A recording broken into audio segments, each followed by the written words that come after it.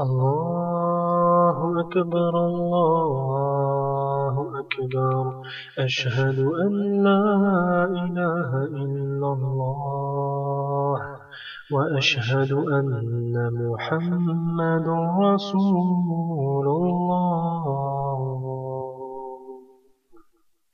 بسم الله الرحمن الرحيم الحمد لله رب العالمين والصلاة والسلام على أشرف الأنبياء والمرسلين نبينا محمد وعلى آله وصحبه أجمعين. Le voile. Qu'est-ce que le voile? Et qui te dira ce qu'est le voile? Al-hijab, al-khimar, al-jilbab, al-niqab, sitar. Quel est le vrai voile? Tout cela va être expliqué en détail bi'idhnillah.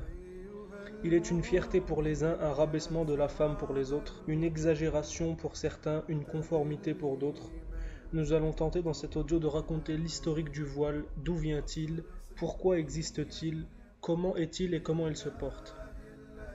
Nous allons commencer tout d'abord par les versets ou extraits de versets du Coran qui traitent du voile et qui ordonnent aux croyantes de le revêtir.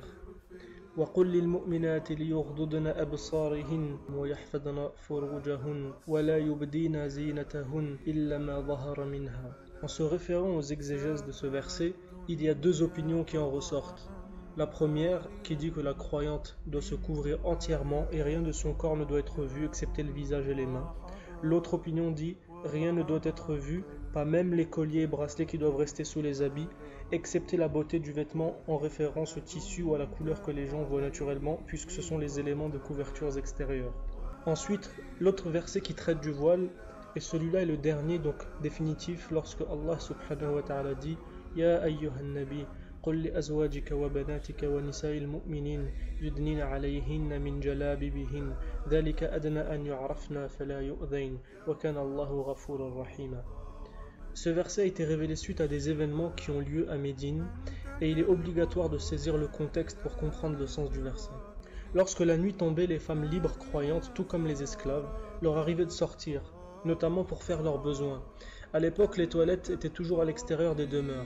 Et lorsque les mécréants et les hypocrites les voyaient, ils disaient « Cherchez les femmes esclaves qui ne sont pas très couvertes, car elles sont faciles et sans défense pour les draguer et avoir de rapports illicites avec elles. » Ces femmes-là laissaient apparaître le visage et les mains, contrairement aux femmes nobles, libres et mariées qui étaient beaucoup plus scrupuleuses.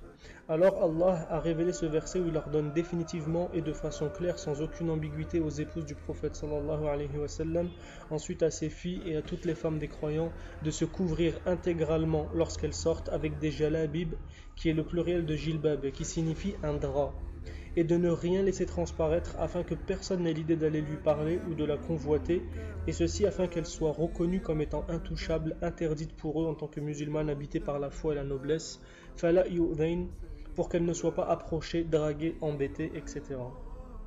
Et Allah est pardonneur et miséricordieux envers ces croyantes qui ont quelquefois commis des fautes par ignorance en ne portant pas le voile comme il le fallait.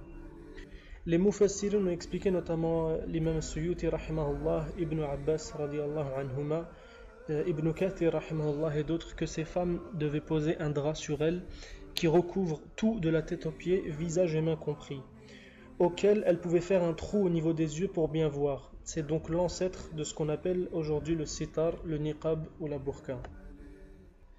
Et à ce propos, une parenthèse, Salama radiallahu anha nous donne une parole intéressante qui est une indication claire sur la couleur du vêtement. قالت فإذا نزلت هذه الآية خرج النساء الأنصار كأن على رؤوسهن الغربان من الأكسية. Donc hadith dans Sunan Abi Daoud, Kitab al-Libas, comprend que le vêtement était plutôt sombre et dans cet exemple noir comme le corbeau. Certains diront que ceci n'est pas le hijab. Ce problème vient d'une déficience et d'une transformation du sens initial de ce mot. Il y a une règle en islam qui stipule que l'on juge une chose non pas par son nom mais par sa réalité. Par exemple, harram Allahu al-khamr. Allah a interdit al-khamr. Al-khamr qui vient du verbe khamara qui signifie recouvrir ou cacher et que l'on traduit par le vin, signifie en réalité toute substance qui recouvre la raison et l'intelligence. Ça peut être l'alcool, la drogue, etc. Mais certaines personnes vont se permettre de rendre licite le whisky par exemple en disant non mais ça c'est du whisky, c'est pas du vin. Pourquoi? Parce que le nom change, mais la réalité du produit est le même, puisque tous les deux sont des boissons enivrantes. Pour le hijab, c'est pareil. Hijab, c'est quoi hijab en arabe? En arabe, hijab signifie quelque chose qui est placé devant une autre chose qui fait qu'on ne peut pas l'apercevoir. Par exemple, un verset du Coran parle des kuffars, des mécréants qui n'auront pas la grâce de voir leur Seigneur Allah subhanahu wa ta'ala le jour de la résurrection, et il est dit en ces mots: Kalla innahum an rabbihim yawma idhin la mahjoubun. Ça veut dire qu'il y aura un voile entre eux et Allah, qu'il y aura quelque chose entre eux et Allah qui fera qu'ils ne l'apercevront pas.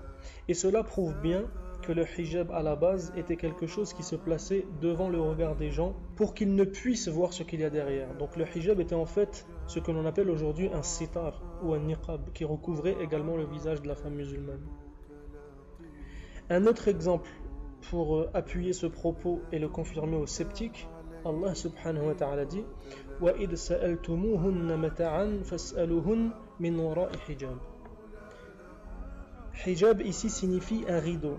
Lorsque les compagnons du prophète sallallahu alayhi wa sallam s'adressaient à l'une de ses épouses pour demander quelque chose comme une assiette ou un verre d'eau, donc un besoin, alors ils devaient leur demander de derrière un hijab, de derrière un rideau. Et lorsqu'une personne est derrière un rideau, on ne la voit pas. Preuve supplémentaire que le hijab des femmes de cette époque, c'était le niqab ou le sitar d'aujourd'hui. Un hadith également va dans ce sens. Il se trouve toujours dans Sunan Abi Daoud, Kitab al-Manasik, où Aïcha radiyallahu anha dit: كان ركبان يمرون بنا ونحن مع رسول الله صلى الله عليه وسلم محرمات فإذا حذوا بنا سدلت إحدانا جلبابها من رأسها إلى وجهها فإذا جوازنا كشفناه. Lorsque les femmes sont en état d'ihram lors du pèlerinage par exemple, elles peuvent se découvrir le visage et les mains. Et dans ce récit, on apprend qu'en dehors de cela, les normes étaient bien que le tout soit couvert. Et c'est pour cela qu'une des femmes qui était avec Aïcha radiyallahu anha a eu comme réflexe de vite se recouvrir le visage lorsque les cavaliers ont approché de leur groupe. Alhamdulillah, ici, après tout cela, la personne qui écoute doute encore, alors qu'elle sache qu'en réalité ceci est une chose qui existe depuis bien longtemps. Beaucoup pensent que ce voile, appelé voile intégral, est un vêtement que seules les femmes de la communauté de Mohammed sallallahu alayhi wa sallam portent, et qu'aucune femme auparavant l'ait jamais porté. Nous allons démontrer que ceci est faux, et que ce voile existait dans les communautés qui nous ont précédés, bien avant la naissance du prophète alayhi salatu wassalam. Il suffit pour cela de lire les récits bibliques. Et je tiens aussi à préciser une règle islamique établie qui a été détaillée par les gens de science, al-fuqaha, qui nous dit que les législations des communautés d'avant nous ne nous concernent pas, étant donné que la dernière révélation a une prédominance et un recouvrement sur toutes celles qui l'ont précédée.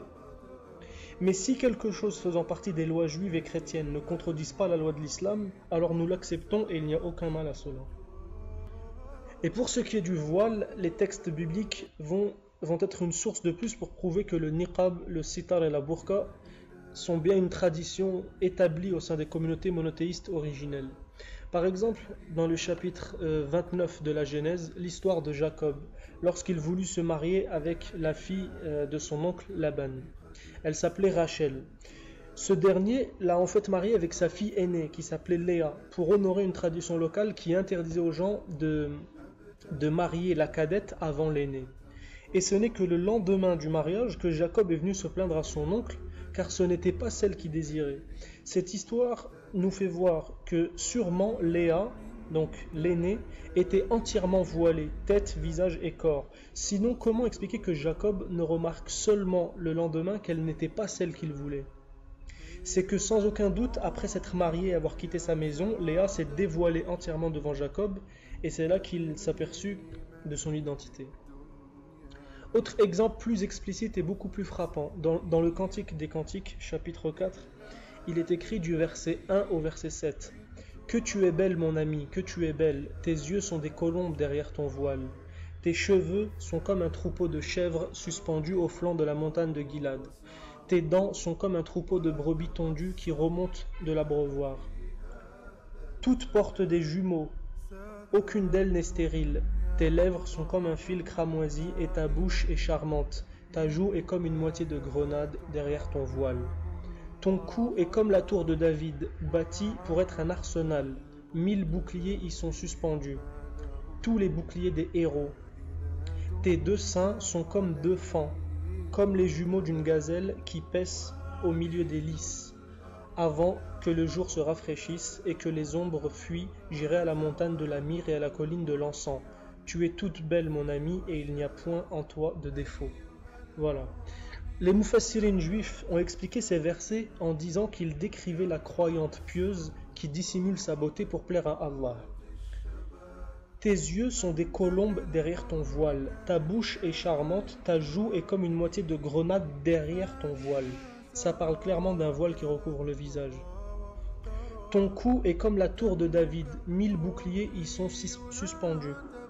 Ensuite, le voile couvre également le cou, et pour terminer, le reste du corps lorsqu'il est dit « tes deux seins sont comme deux fans qui paissent au milieu des lys ». Le lys est une plante qui est assez touffue, et les fans c'est les bébés des cerfs, ou bien là dans ce contexte les enfants, les bébés des gazelles.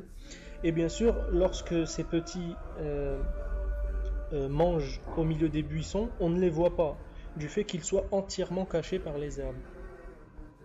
Donc voilà, on s'arrête là, Inch'Allah, en demandant à Allah que cela arrive au cœur des croyants et surtout des croyantes, et que ces paroles soient aussi une source d'argumentation pour ceux qui font face aux prétentions absurdes des ignorants qui qualifient le voile intégral comme ne faisant pas partie de la religion d'Allah Azza wa Jalla. سبحانك اللهم وبحمدك أشهد أن لا إله إلا أنت أستغفرك وأتوب إليك والسلام عليكم ورحمة الله